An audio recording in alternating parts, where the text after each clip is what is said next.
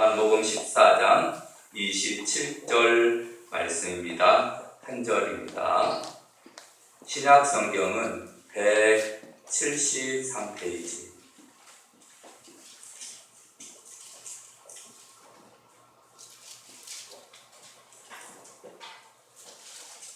다 찾으신 줄로 알고 한 목소리로 같이 공독합니다. 평안을 너희에게 끼치노니 곧 나의 평안을 너희에게 주노라. 내가 너희에게 주는 것은 세상이 주는 것과 같지 아니하니라. 너희는 마음에 근심하지도 말고 두려워하지도 말라. 아멘.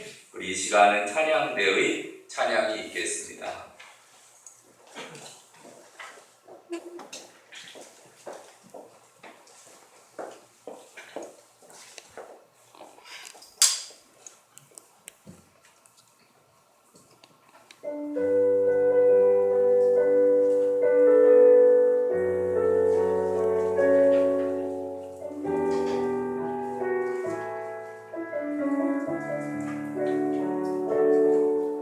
같은 길에서 다른 계절을 만나고 기쁨 슬픔 반복되는 모든 시간 속에서 주님을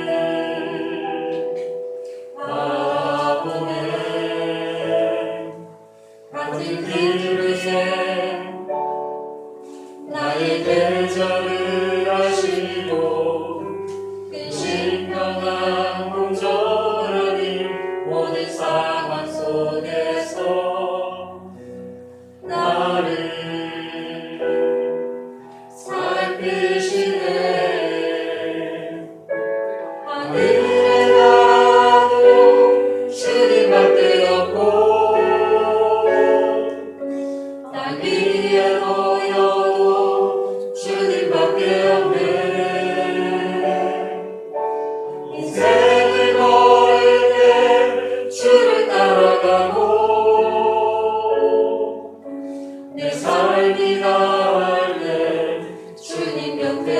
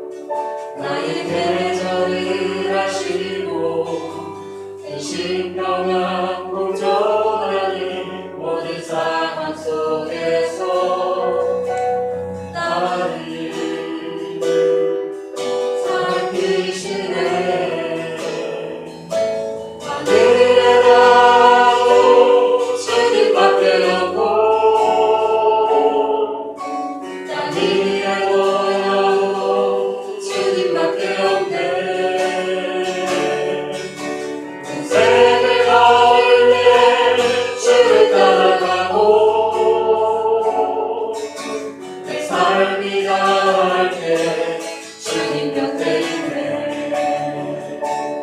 동반하는 사그라져도 주는 나의 원악한 삶.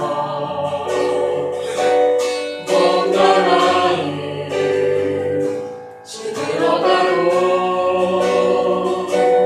나는 주를 놓지 않으리. 하늘에 나도 주님밖에 없고 땅 위에 놓여도 주님밖에 없네. 인생을 걸을 때 주를 따라가고 내 삶이 다할 때 주님 곁에 있네. 아멘. 박수로 하나님께 감사합니다. 감사합니다. 하겠습니다. 오늘은 요한복음 14장 27절 말씀을 통하여 나의 평안을 주노라 라는 제목으로 하나님의 말씀을 통해 은혜를 나누고자 합니다. 제목을 바라면 나의 평안을 주노라. 나의 평안을 주노라. 아멘. 오늘 말씀 듣기 전에 저와 앞에 계신 분들과 인사를 나누도록 하겠습니다. 오늘 이렇게 인사합시다. 샬롬 인사합시다. 샬롬. 여러분 샬롬의 뜻은 아시죠? 평강이 임하기를 원합니다. 하나님의 평안이 임하기를 원합니다. 오늘 이렇게 거룩한 주일날 예배에 참석하신 모든 분들을 축복합니다. 오늘 이렇게 대면으로 예배를 드리는 분들도 있고 또 비대면으로 영상으로 예배를 드리는 분들도 있습니다. 하나님께서 또 영상으로 예배를 드리는 곳에도 찾아가 주셔서 동일한 은혜를 허락해 주실 줄로 믿습니다. 아멘. 여러분, 우리가 이제 꽃피는 계절 4월달을 맞이해서 또 4월달도 많이 한 열흘밖에 남지 않았는데, 여러분 4월달 표어가 뭐죠? 4월달 표어는 평범한 일상이 회복되게 하옵소서. 평범한 일상이 회복되게 하옵소서. 그러니까 올해는 우리가 회복에 초점을 두고 있는데, 그러니까 평범한 삶이 회복되어야 돼요. 왜냐하면 또 코로나19로 인해서 많이 어려운 가운데 있는데 일상생활이 잘 이루어지고 있지 않잖아요. 그런데 하나님 앞에 기도해야 됩니다. 하나님, 평범한 일상이 회복되게 하옵소서. 핵심 성경 구절이 뭐죠? 요한복음 14장 27절. 평안을 너희에게 끼치노니 곧 나의 평안을 너희에게 주노라. 내가 너희에게 주는 것은 세상이 주는 것과 같이 아니하리라. 너희는 마음에 근심하지도 말고 두려워하지도 말라. 아멘. 여러분, 하나님의 평강이 늘 함께 하시기를 주님의 이름으로 축원합니다. 아멘. 여러분, 사람들이 행복하게 살려면은 마음에 평안이 있어야 됩니다. 남을 미워하거나 공격하거나 질투하거나 경쟁심이 있으면은 평안할 수가 없습니다. 이러한 모든 것들이 없는 평안한 상태가 되어야 되는데, 사람의 마음은 갈대와 같아서 작은 일에도 자꾸 흔들리게 되어 있습니다.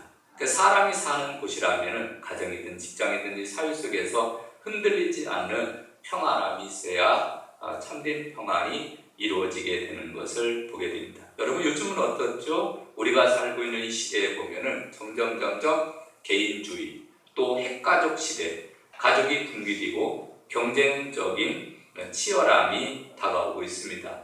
세대 간의 평화도 깨어진 지가 오래되었습니다. 국가 간에도 철저히 자국 중심의 보호주의로 나가고 있습니다. 미국을 비롯한 모든 국가들이 자국 중심의 보호무역 정책을 펴게 됩니다. 그래서 유럽연합과 대결 구도를 미국 같은 경우는 만들기도 하고 중국과 무역 전쟁을 하기도 하는 것을 보게 됩니다.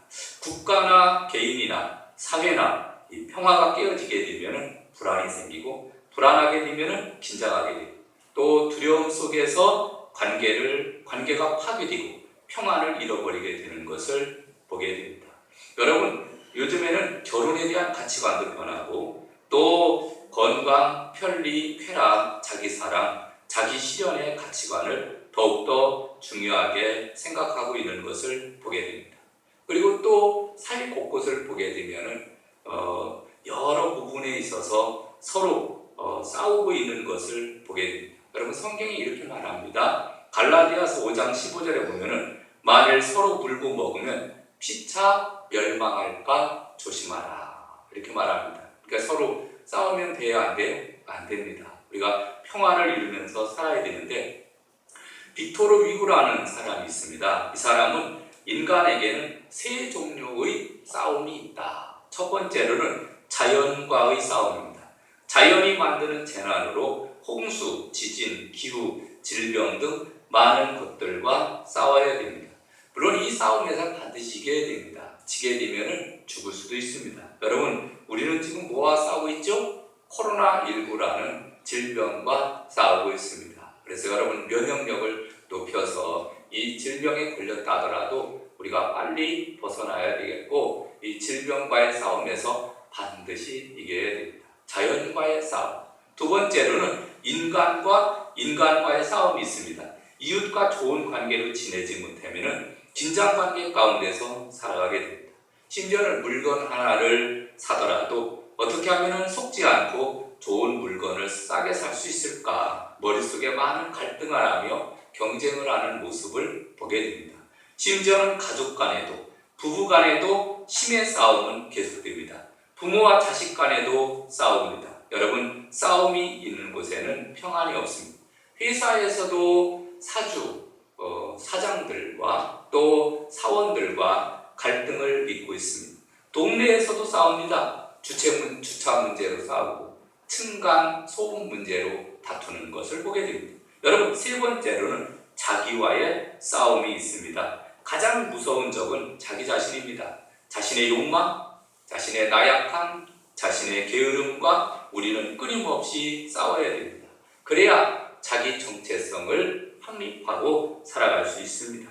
자신을 이기고 잘 다스리게 될 때 훌륭한 인격자가 되고 성공적인 삶을 살아가게 되는 것을 봅니다. 근데 우리 인간은 스스로 자기 욕심을 잘 제어하지 못합니다. 그래서 갈라디아서 5장 16절에 보니까 너희는 성령을 따라 행하라. 그리하면 육체의 욕심을 이루지 아니하리라.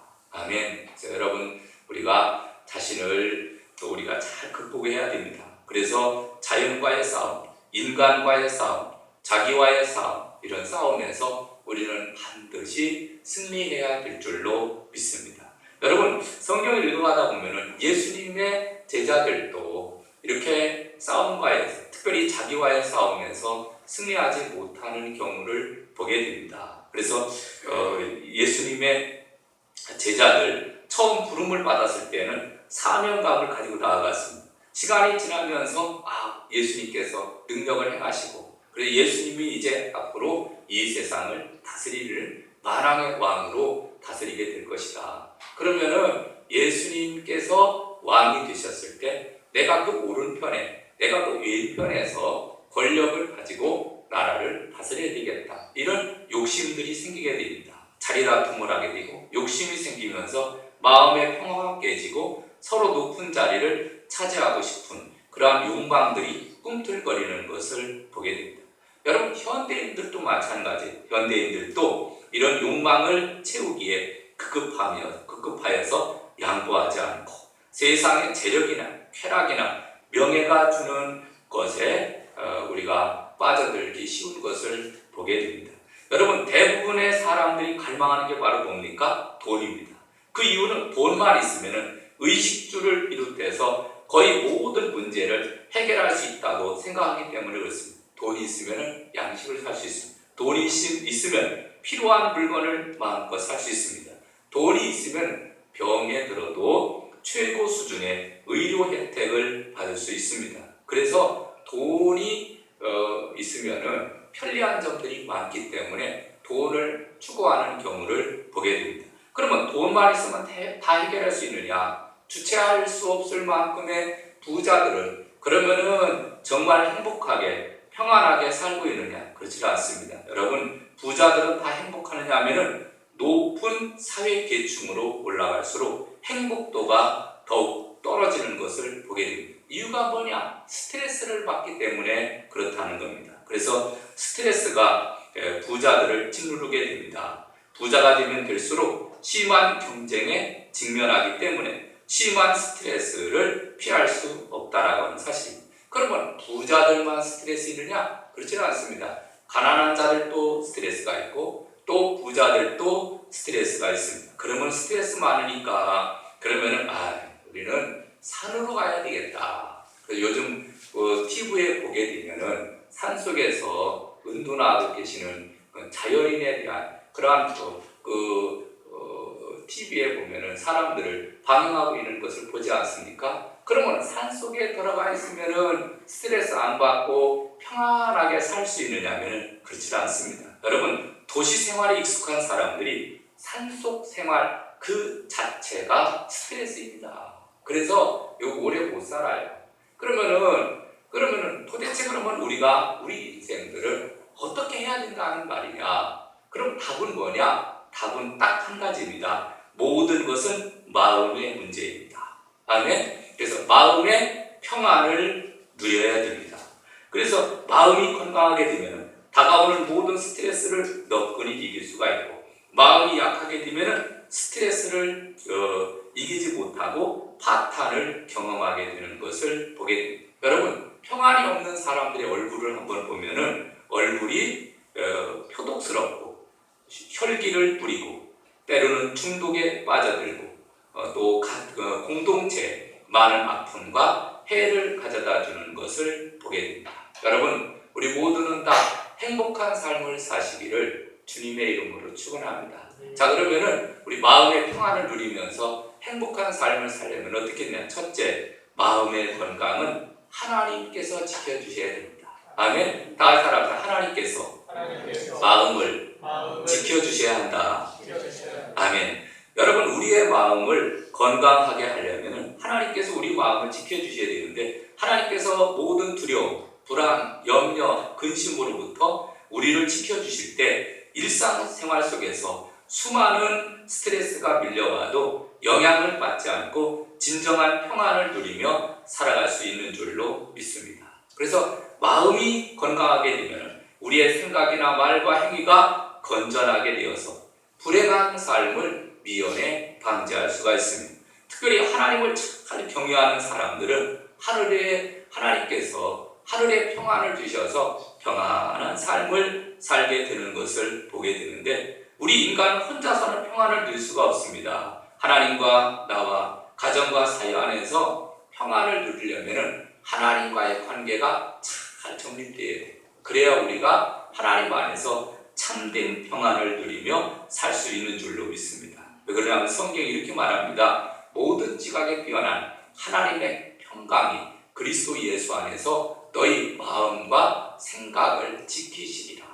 아멘. 하나님이 우리의 생각을 지켜주셔야 참된 평안을 누리며 살 수 있습니다. 여러분, 오늘 본문에도 27절에 보니까 분명히 이렇게 말합니다. 평안을 너희에게 끼치노니 곧 나의 평안을 너희에게 주노라. 내가 너희에게 주는 것은 세상이 주는 것과 같지 아니하리라. 너희는 마음에 근심하지도 말고 두려워하지도 말라. 아멘. 내가 너희에게 평강을 준다.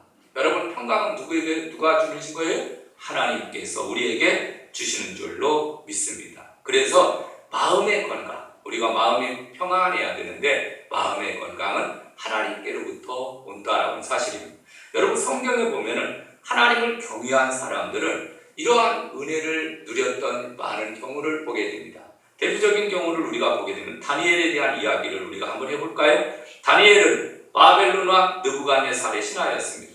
근데 이제 바벨론 왕 때에도 총리였지만, 그러니까 이제 나라가 바뀌게 됩니다. 메데 바사에 의해서 나라가 이제 바뀌었음에도 불구하고 메데 바사의 왕이 다니엘을 기용합니다. 그래서 그때 당시는 총리가 3명이었는데 그 중에 수석 총리로 임명을 하게 됩니다. 그랬더니 나머지 2명의 총리와 신하들이 유대인인 다니엘이 자기들보다 높은 위치에 있음을 시기하게 됩니다. 다니엘을 어떻게 하면은 모함할까, 함정에 빠뜨릴까 계략을 꾸미게 됩니다. 그리고서 계략을 꾸미고 난 다음에 왕에게 나아가서 고합니다. 다리오 왕이여, 만세수를 하옵소서. 나라의 모든 총리와 수령과 방백과 모사와 관원들이 의논하고 왕에게 한 율법을 세우며 한 금령을 정하실 것을 구하려 하였는데, 왕이여, 그것은 곧 이제부터 30일 동안에 누구든지 왕 외에 어떤 신에게나 사람에게 무엇을 구하면 사자굴에 던져넣기로 한 것이니이다. 그런즉 왕이여, 원컨대 금령을 세우시고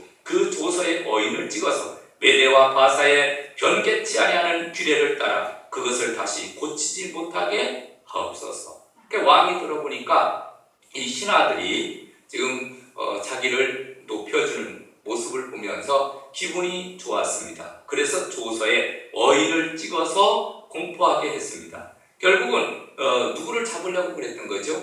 다니엘을 모함에 빠뜨려서 죽이고자 했던 것입니다. 왜 그러냐면은 다니엘은 그걸 하나님 앞에 기도하는 것을 보면서 그 아무리 흠을 잡으려고 해도 흠이 없는 거예요. 그런데 자기 신에게 늘 기도하는 모습을 보면서 30일 동안 왕 위에 다른 어떤 신에게 절하거나 또 기도를 하면은 그러면은 안 된다, 이런 금령을 만들었던 겁니다. 다니엘을 어떻게든지 엮으려. 그러나 다니엘은 그는 이러한 금령이 발표됨에도 불구하고 예루살렘을 향하여 창문을 열고 평소에 하던 대로 하루 3번씩 무릎을 꿇고 하나님 앞에 기도를 드리게 됩니다.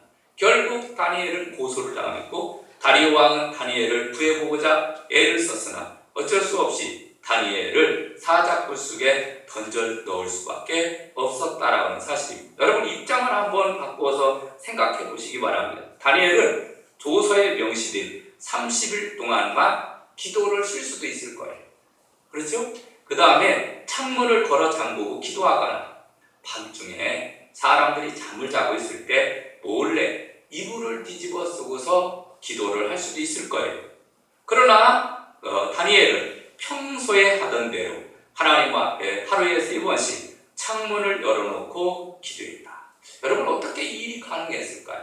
그것은 이사야서 26장 3절에 나오는 말씀처럼 주께서 심지가 견고한 자를 평강의 평강으로 지키시리 이는 그가 주를 의리함이니이다.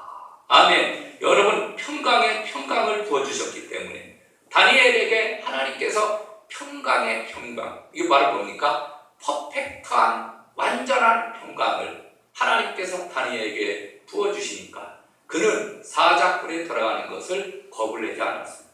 그리고 하늘의 하나님 앞에 그는 하루에 3번씩 기도할 수 있었다라는 사실입니다. 여러분, 오늘날 우리 시대와 한번 연관시켜 볼까요? 코로나19로 인해서 매우 어렵고 힘든 가운데 있습니다. 1년을 쉴 수도 있습니다. 2년 간다고 하면 2년을 예배를 쉴 수도 있고 예배 자리에 안 나올 수도 있습니다. 물론 그것은 개인의 신앙에 따라 다르기 때문에 그렇지요.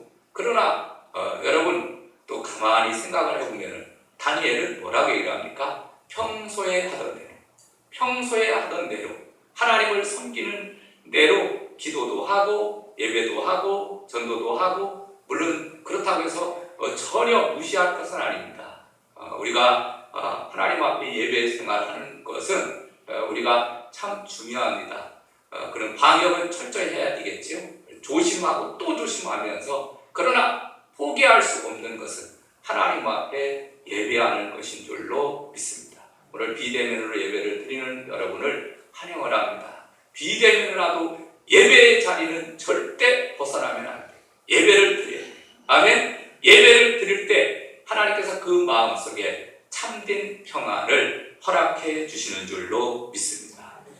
그 다음에 두 번째로는 참된 평안은 하나님께서 주님이 주셔야 됩니다. 여러분, 우리는 어떻게 이 평안을 얻을 수 있느냐 하면, 평안은 주님의 평안이라는 얘기입니다. 여러분, 27절을 볼까요? 27절에 이렇게 말합니다. 평안을 너에게 주노니 곧 나의 평안을 너희에게 주노라. 내가 너희에게 주는 것은 세상이 주는 것과 같지 아니하니라. 아멘. 나의 평안. 그러니까 이 평안은 그냥 평안이 아니라 예수님께서 우리에게 주시는 평안이라고 하는 사실입니다.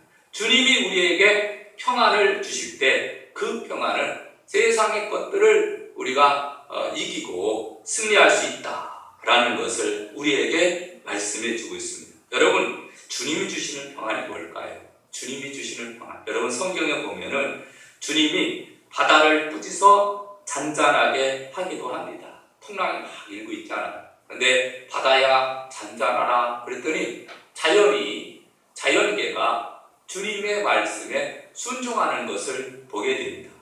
여러분, 그뿐만 아니라 예수님께서 주시는 평안은 어떤 평안이냐면은, 우리는 이 평안을 잃어버리는 경우가 있습니다. 그 왜 그러냐면은 우리가 죄를 범했을 경우에는 마음속에서 이게 참된 평안이 이루어지지 않습니다. 그런데 주님이 주시는 평안은 나의 모든 죄를 사해 주시고 부활하시고 승리하신 예수님께서 우리에게 찾아오시게 될 때, 내 마음에 찾아오시게 될 때 죄의 문제를 해결하게 되어짐으로 인해서 주님께서 주시는 평안이 참된 평안이 이루어지게 되는 줄로 믿습니다. 이사야서 57장 21절에 내 하나님의 말씀에 악인에게는 평강이 없다 하셨느니라 이렇게 말씀해 주고 있습니다. 여러분, 악인에게는 평강이 없어요. 죄인에게는 평강이 없습니다.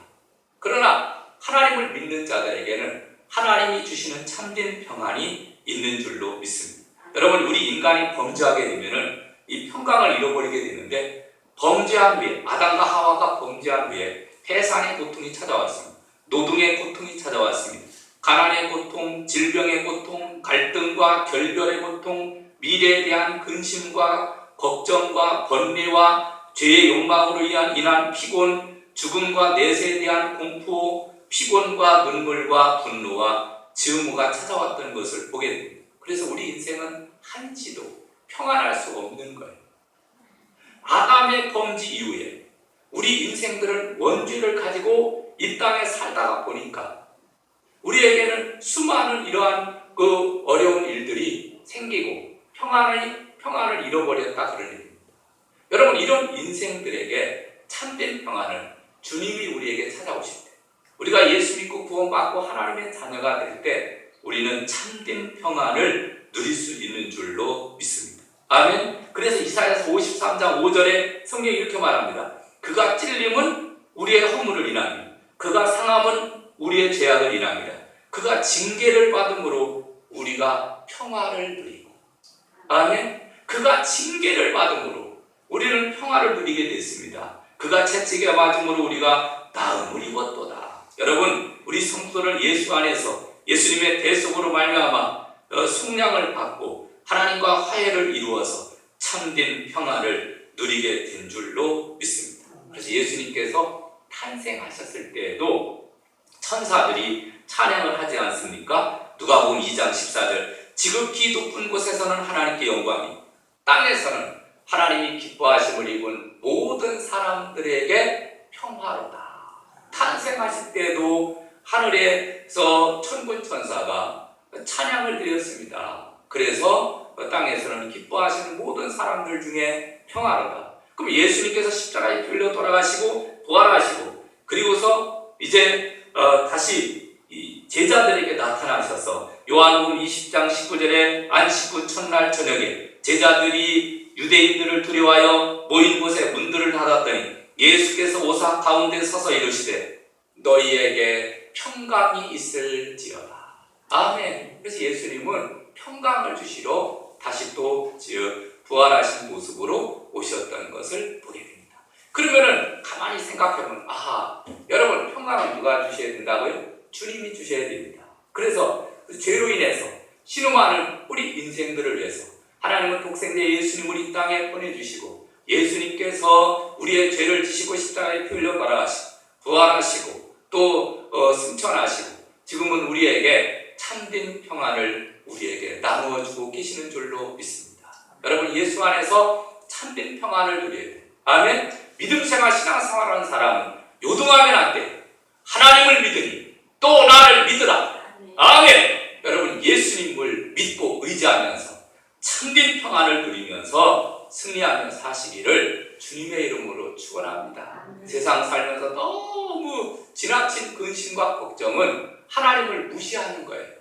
왜 여러분 염려합니까? 건강을 염려하고 살아갈 것을 염려하고 걱정하고 이러한 모습들을 보게 됩니다. 그 얘기는 다시 말해서 나는 하나님 안 믿는다는 거예요. 하나님은 염려하지 말아라. 너희는 마음에 근심하지 말라. 하나님을 믿으니 또 나를 믿으라. 아멘. 하나님을 믿고 의지하라고 했어요.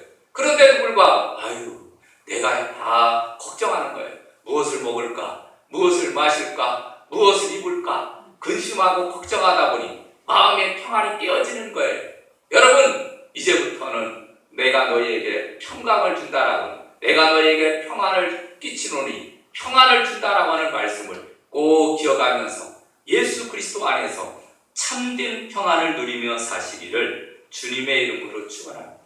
아멘. 할렐루야. 여러분, 예수님 안에서 주님을 믿고 의지하면서 참된 평안을 누려야 돼요. 그래서 특별히 참된 평안은 성령 충만할 때 이루어지게 되는데 하나님께서 우리에게 보내신 보혜사 성령이 우리 가운데 충만하게 임하게 되면은, 여러분 이전에 우리 복음성가 많이 드렸죠. 내게 강 같은 평화, 내게 강 같은 평화, 내게 강 같은 평화 넘치네. 할렐루야. 내게 강 같은 평화, 내게 강 같은 평화, 내게 강 같은 평화 넘치네. 아멘. 또 평안을 너에게 주노라. 세상이 주울 수 없는. 아멘.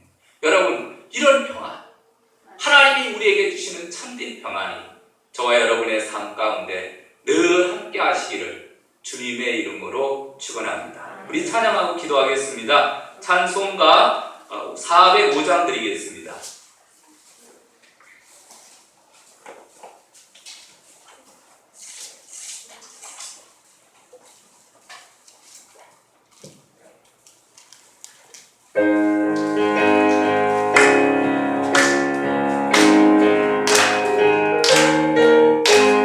저희의 친절한 말에 안기세 우리 마음이 평안하리니 항상 기쁘도 복이 되겠네. 영원하신 팔에 안기세 주의 팔에 흙으신 팔에 안기세 주의 팔에 영원하신 팔에 안기세. 날이 갈수록 주의 사랑이 두루 만명하게 되체고 전성가는 길 너희 아니니 영원하신 팔에 안기세 주의 팔에 흙으신 팔에 안기세 주의 팔에 영원하신 팔에 안기세. 주의 보좌로 주의 보좌로 나아갈 때에 기뻐 찬미 소리 외치고 겁과 두려움 없어지리니 영원하신 팔에 안기세 주의